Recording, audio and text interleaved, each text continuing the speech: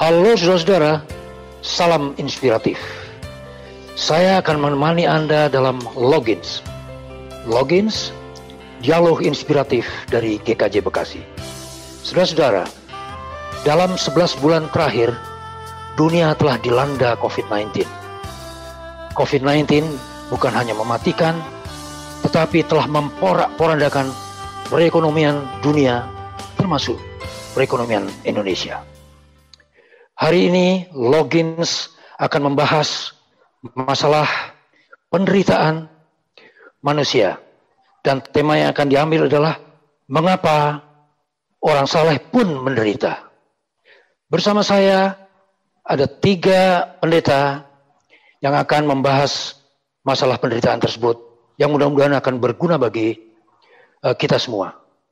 Nah, untuk pembahasan tersebut, saya akan menyapa dulu.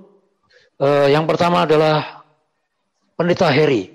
Shalom Pak Pendeta Heri, apa kabar? Shalom Pak Suris, puji Tuhan kabar baik. Shalom juga Ibu Bapak Saudara di rumah, salam inspiratif. Amin, puji Tuhan. Yang kedua adalah Ibu Pendeta Kartini.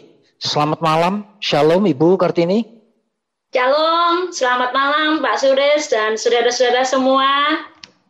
Puji Tuhan, sukacita hari ini dan semua sehat. Salam inspiratif.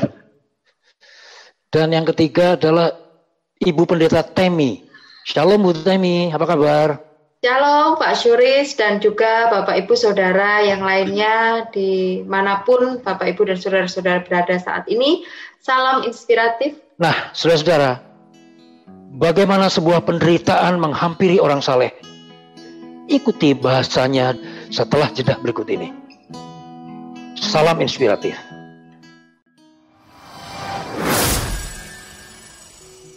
Oke, saudara-saudara, kita logins lagi.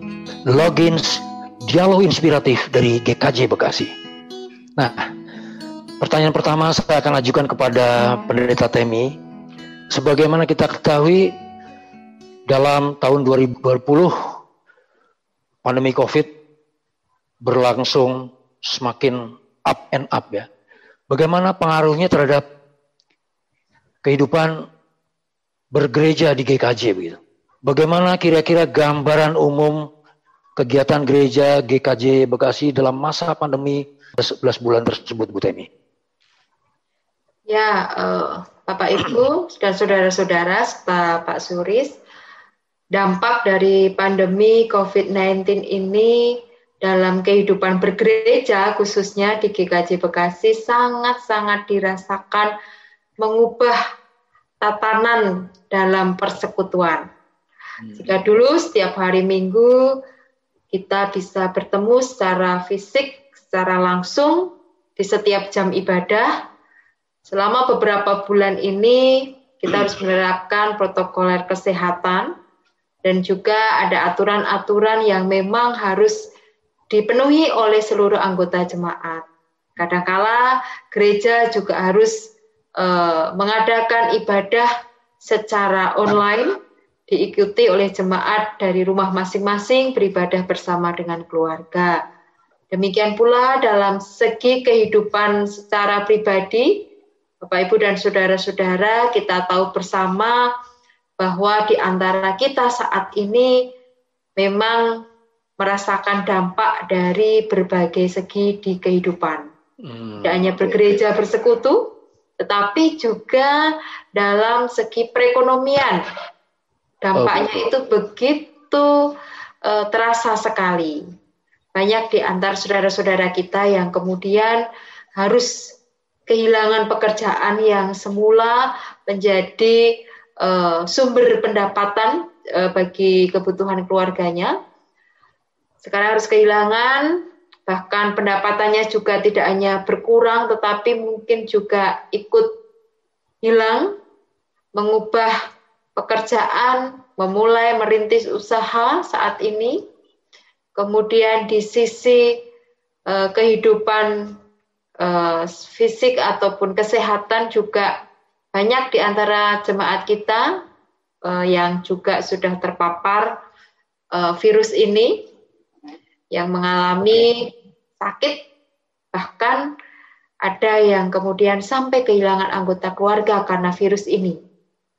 Untuk anak-anak di sekolah yang online saat ini, Pak Suris, juga sepertinya masih terdampak. Masih terus berlangsung ya? Betul, masih menjalani sekolah online dari rumah masing-masing.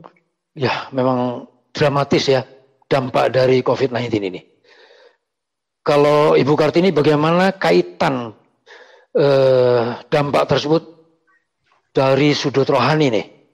Gimana Ibu pandangannya? Ya, terima kasih Bapak Ibu yang terkasih. Betapa semua dari kita mengalami dampak itu. Bahkan ada beberapa jemaat ketika saya temani, mereka mengatakan bahwa bagaimana mereka mengalami penderitaan yang bertubi-tubi dari berbagai aspek hidup mereka. Dari ekonomi, dari keluarga, dari kesehatan, dan saat satu keluarga kena COVID semua, nah, itu penderitaan yang luar biasa. Nah, dari situlah saya melihat bahwa mengapa sih kita itu nggak pengen mengalami penderitaan?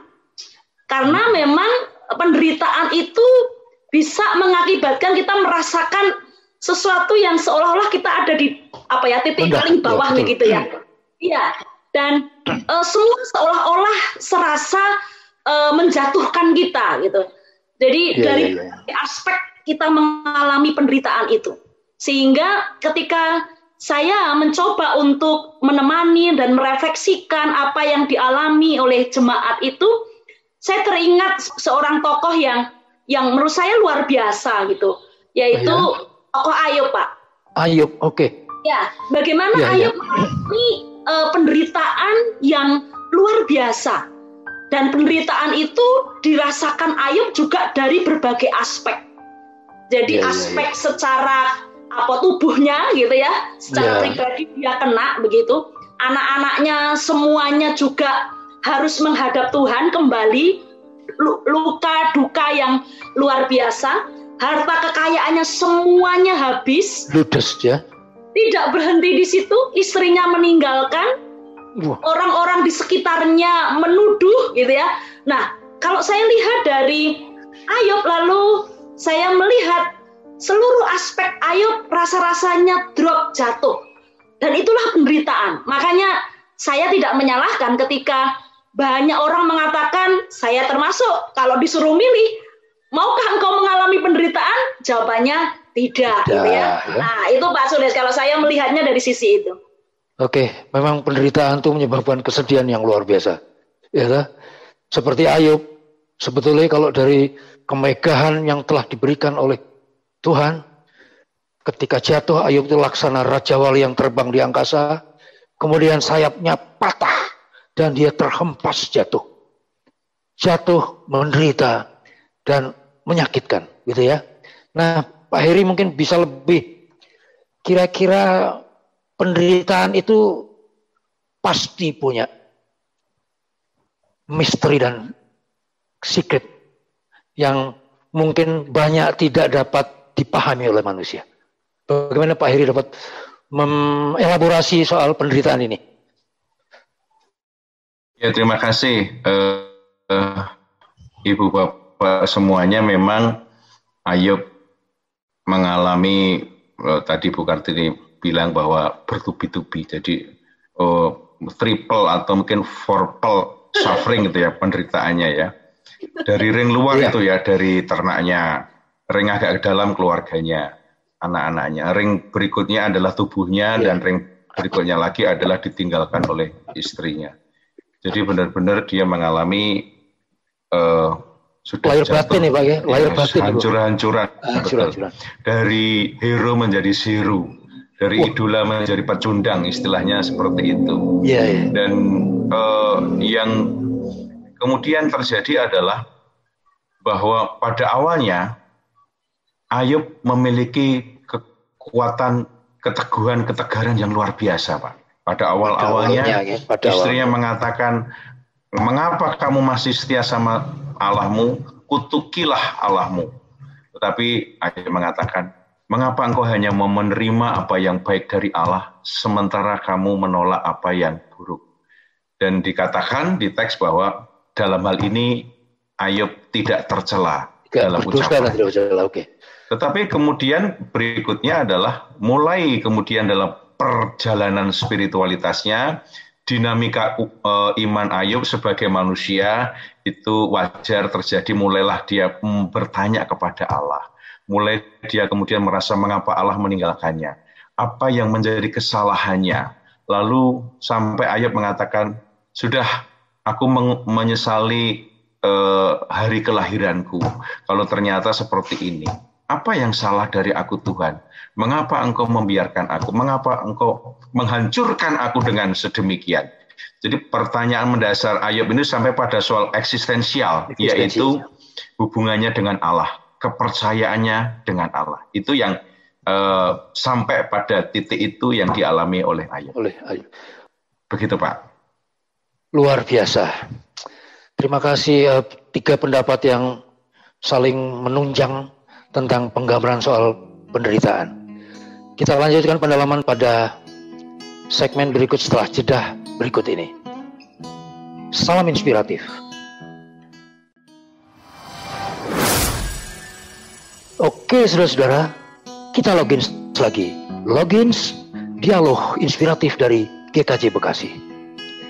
Nah Pak Heri, mari kita lanjutkan lebih detail dan dalam lagi. Sekarang kita sampai pada bagian bagaimana setelah Ayub kerabat-kerabatnya meninggalkan anak-anaknya meninggal dunia, istrinya meninggalkan, sekarang sampai pada pergumulan dengan sahabat-sahabatnya. Bagaimana selengkapnya Pak Heri? Ya terima kasih Pak Suris. Ibu Bapak semuanya, sahabat-sahabatnya khususnya adalah Elifas, Bildad, dan Sofar. 3 orang ini datang kepada Ayub dan seolah-olah berempati kepada Ayub.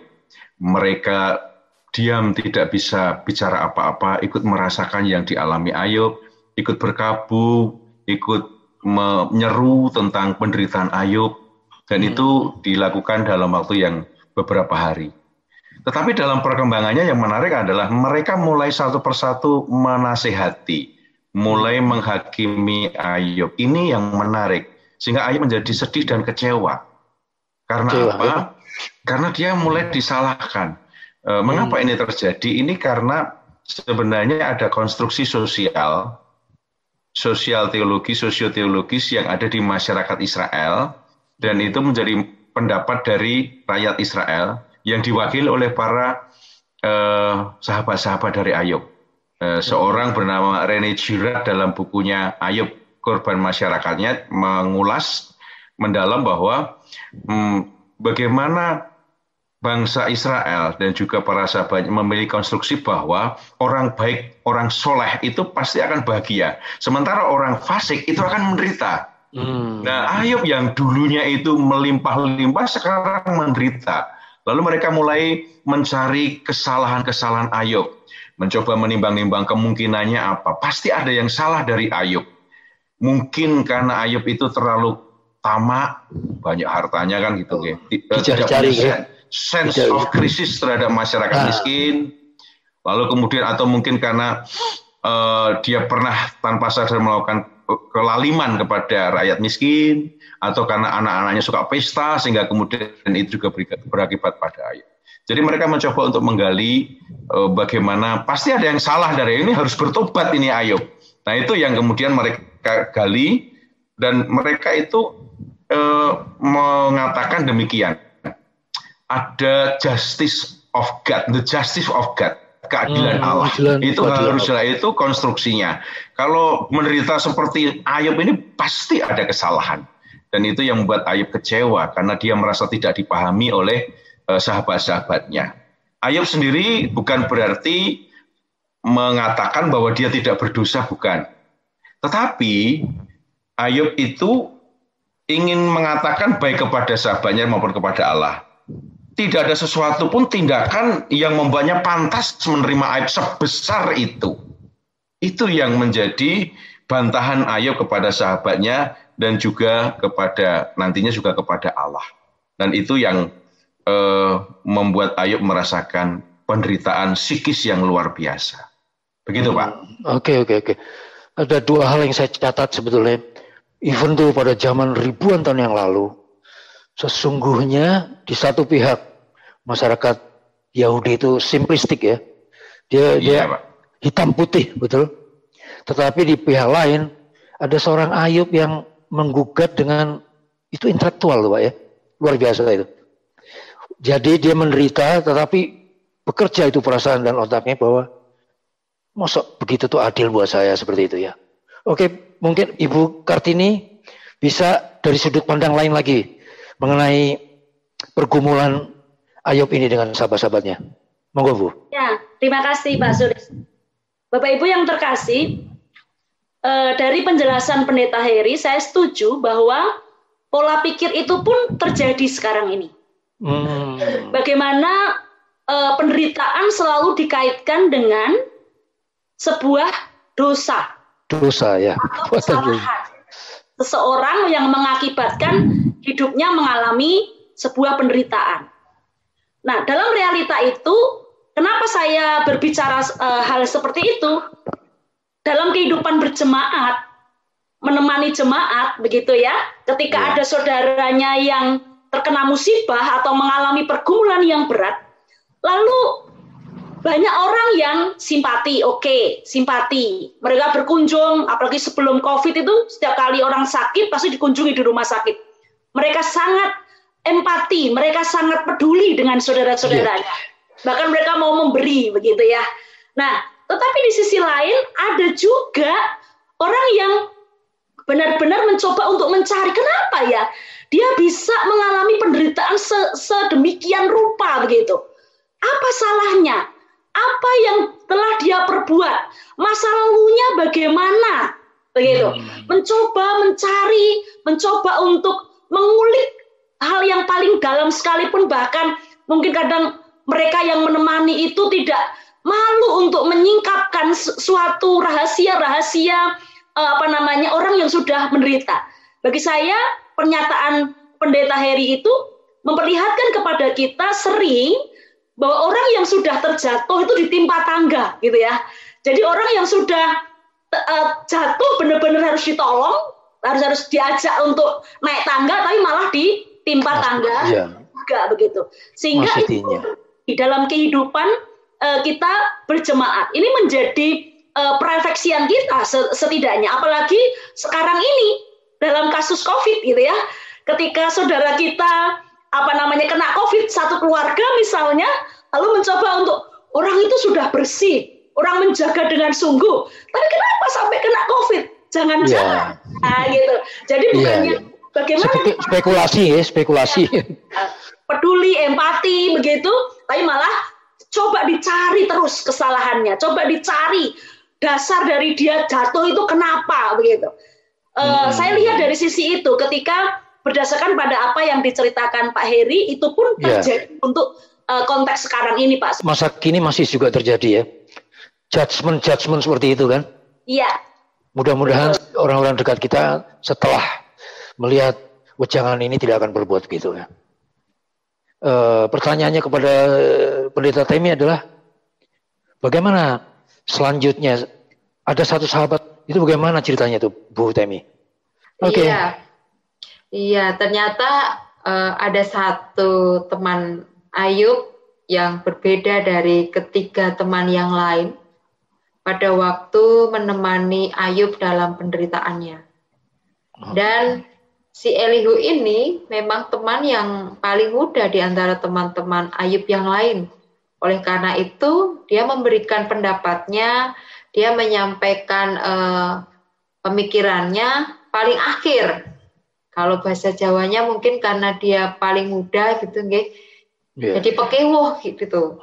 Jadi dia menunggu kesempatan setelah teman-temannya yang lain memberikan nasihat kepada Ayub, dan ternyata Ayub pun juga tidak nyaman dengan setiap nasihat yang diberikan ketiga sahabatnya. Yang menarik, Bapak Ibu dan saudara-saudara, pemikiran Elihu ini tokoh yang tiba-tiba muncul setelah banyaknya nasihat yang diberikan dari ketiga teman Ayub ini adalah Dia mengatakan bahwa dia tidak membela ketiga sahabatnya, dia juga tidak membela Ayub sendiri dengan pendapatnya pribadi, tetapi Elihu ini memiliki pendapat bahwa saat Ayub menderita atau saat seseorang mengalami penderitaan, di situ adalah cara Allah ingin mendidik manusia. Nah, jadi melalui penderitaan dipandang oleh Elihu bahwa Allah ini ingin mendidik manusia. Dan dalam penderitaan itu akan ada komunikasi, Bapak, Ibu, dan saudara-saudara. Kok ada komunikasi yang seperti apa? Manusia akan kemudian berefleksi dalam penderitaannya. Mungkin ada yang protes, yang marah. Tapi juga ada yang kemudian merasa bahwa, oh, ini karena salah saya nih, ini karena saya dosa nih. Wah, saya sudah nggak mampu nih. Kemudian dia ingin komunikasi pada Allah, meminta pertolongan pada Allah. Nah, ini yang menarik cara berpikir Elihu di sini. Jadi ada komunikasi antara manusia dengan Allah, juga ada komunikasi antara Allah dengan manusia melalui penderitaan, dan juga manusia yang menderita kemudian berkomunikasi dengan Allah. Nah, ini yang menarik cara berpikir Elihu seperti itu, Pak Suris dan Bapak Ibu serta saudara-saudara. Oke, beruntunglah masih ada orang muda bernama Elihu ya, yang mempunyai pandangan-pandangan positif. Inilah pandangan-pandangan yang kita harus tumbuhkan ya di zaman sekarang ini. Oke, kita akan break dulu sejenak, dan setelah jeda berikut akan sampai kita pada bagian yang paling penting dalam bahasan kali ini. Salam inspiratif.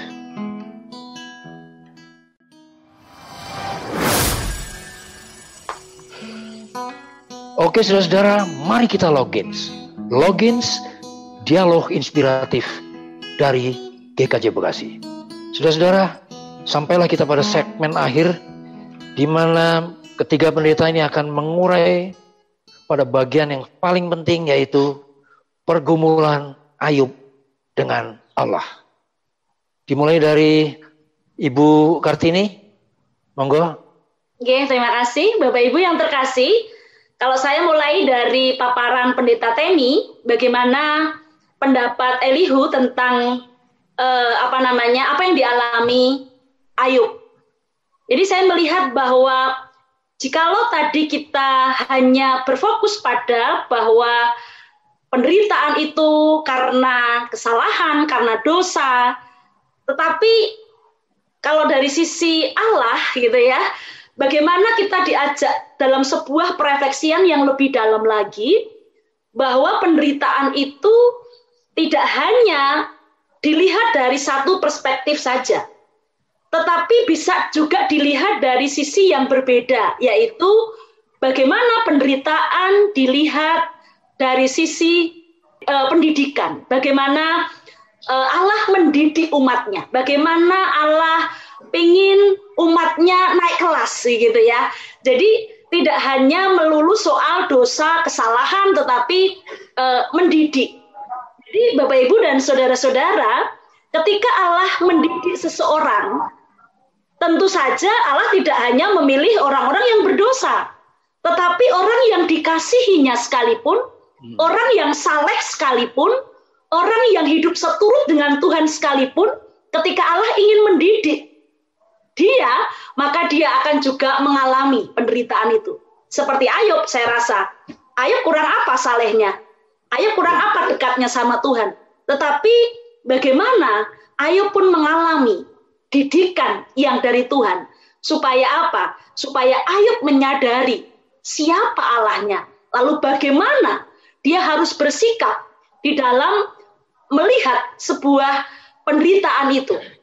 Jadi bukan hanya sekedar dia mengalami penderitaan, bukan berfokus pada apa yang sedang ia alami, tapi bagaimana dia merespon tentang penderitaan yang dia alami. Demikian juga dengan kita.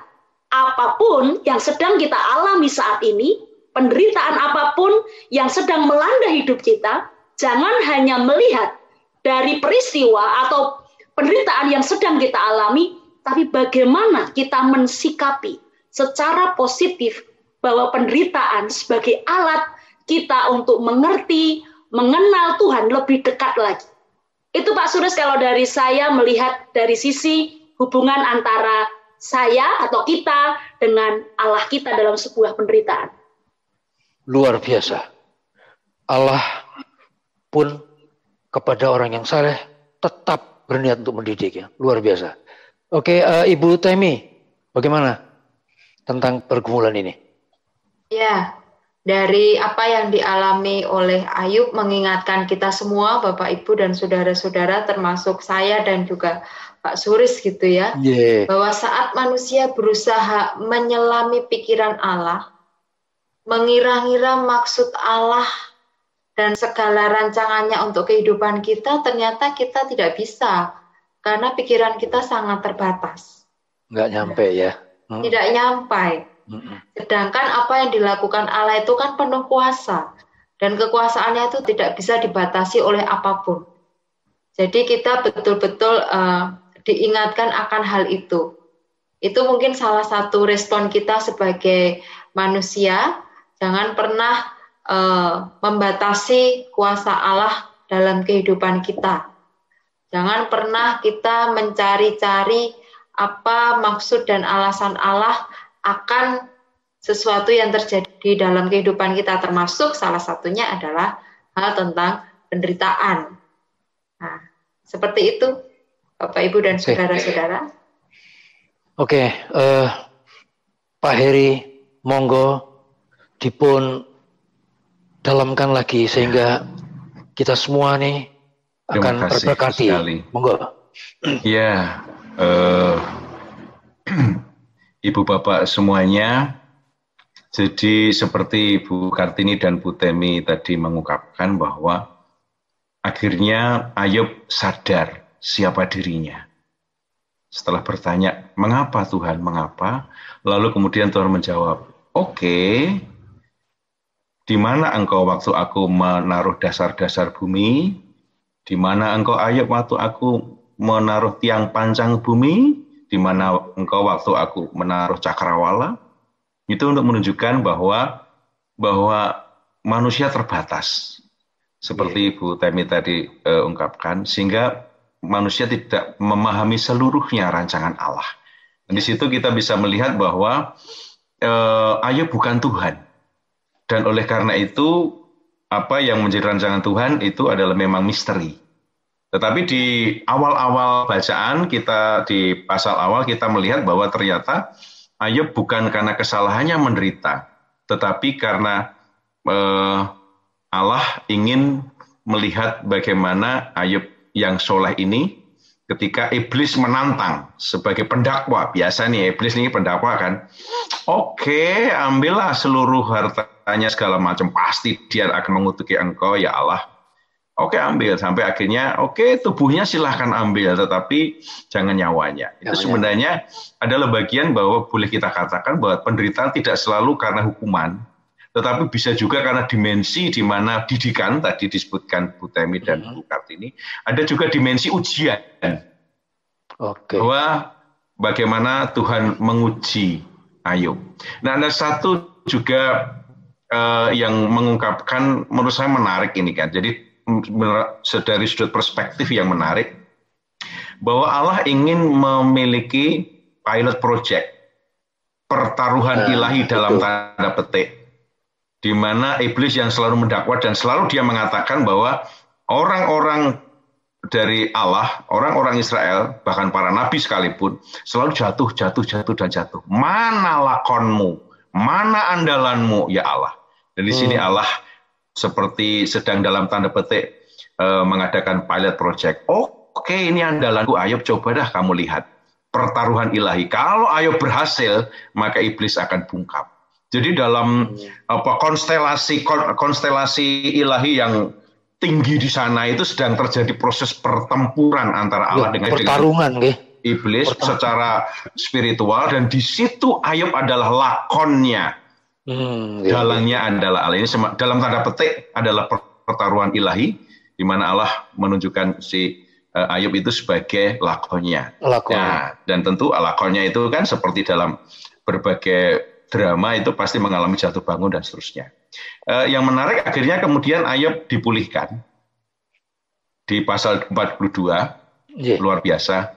Dan yang menarik juga Tuhan murka kepada 3 sahabat Ayub.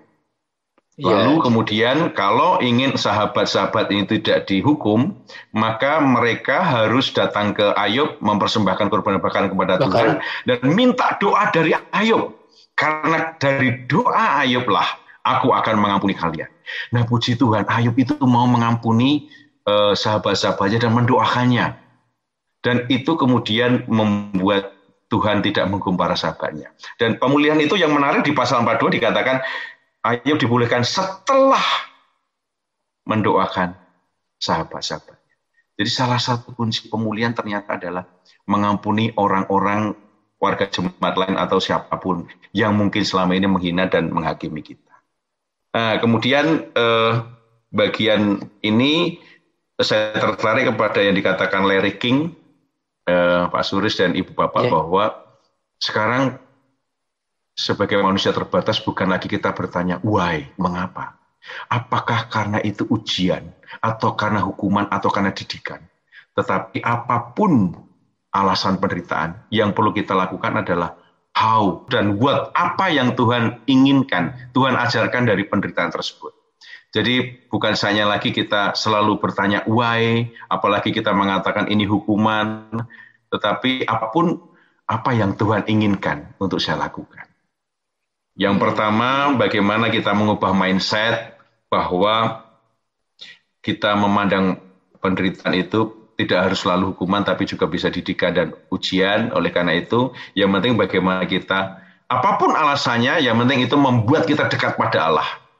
Membuat kita lebih menyapa Allah. Seperti tadi Bu Kartini dan Bu Temi sampaikan. Yang kedua adalah bagaimana kita kemudian memiliki value-value baru, nilai-nilai baru. Kita menjadi sabar, kita menjadi tabah, tahan uji, kita menjadi punya endurance, teruji imannya, kita memiliki pengharapan, jadi banyak nilai yang bisa kita bersama-sama petik ketika kita bertahan dalam penderitaan. Kemudian yang ketiga, kita terbuka dukungan dari sahabat-sahabat kita yang memang secara positif memahami apa yang kita alami. Kira-kira begitu, Pak. Luar biasa, luar biasa. Dari statement tersebut, memang kita semua harus sadar bahwa penderitaan is not the end of the world. Penderitaan salah satunya yang saya tertarik adalah, itu adalah upaya pendidikan dari Allah kepada umat yang dicintainya. Luar biasa. Wow, kisah yang sangat inspiratif. Semoga kisah Ayub tadi menjadi pelajaran bagi kita semua dalam menyikapi sebuah penderitaan yang kita alami. Oke, saudara-saudara, tinggal satu segmen lagi ke depan, nanti kita akan ikuti setelah jeda berikut ini. Salam inspiratif.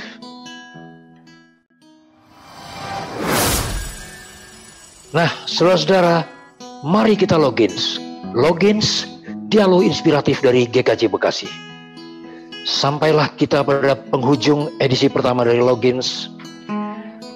Saya akan memberi kesempatan kepada ketiga narasumber untuk memberi closing statement untuk saudara-saudara semua. Silakan dimulai dari Ibu Temi, kemudian Ibu Kartini, dan Bapak Heri. Monggo.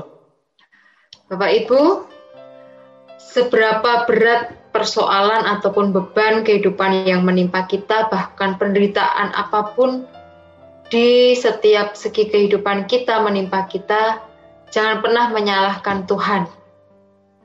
Boleh menyalahkan diri sendiri, tetapi tidak boleh berlarut-larut, karena kita harus segera meminta pertolongan pada Tuhan untuk bisa melampaui setiap penderitaan kita. Terima kasih. Bapak Ibu yang terkasih, mungkin hari ini Bapak Ibu mengalami penderitaan yang begitu berat. Tapi saat kita merefleksikan penderitaan itu, saya mengajak kita semua, jangan takut. Mari melangkah. Percayalah bahwa Allah sangat mengasihi Bapak, Ibu, dan Saudara.